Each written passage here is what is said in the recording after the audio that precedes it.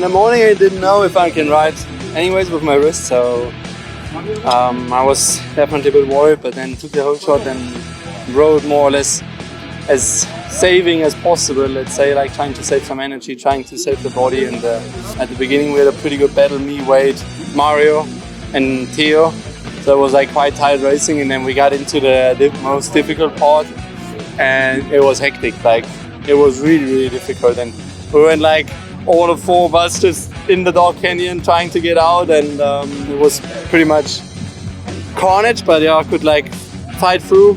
Yeah, happy to be in the finish line.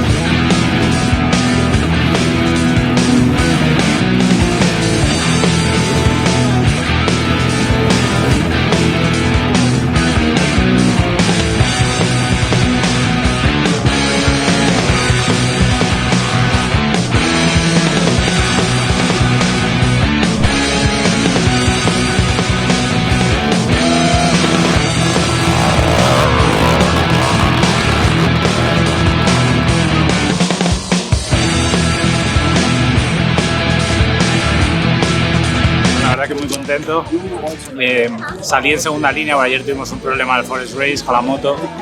He podido remontar hasta sexto y después en el cañón he visto que iba viendo a Wade y a Bill, he dicho, ostras, el ritmo es bueno.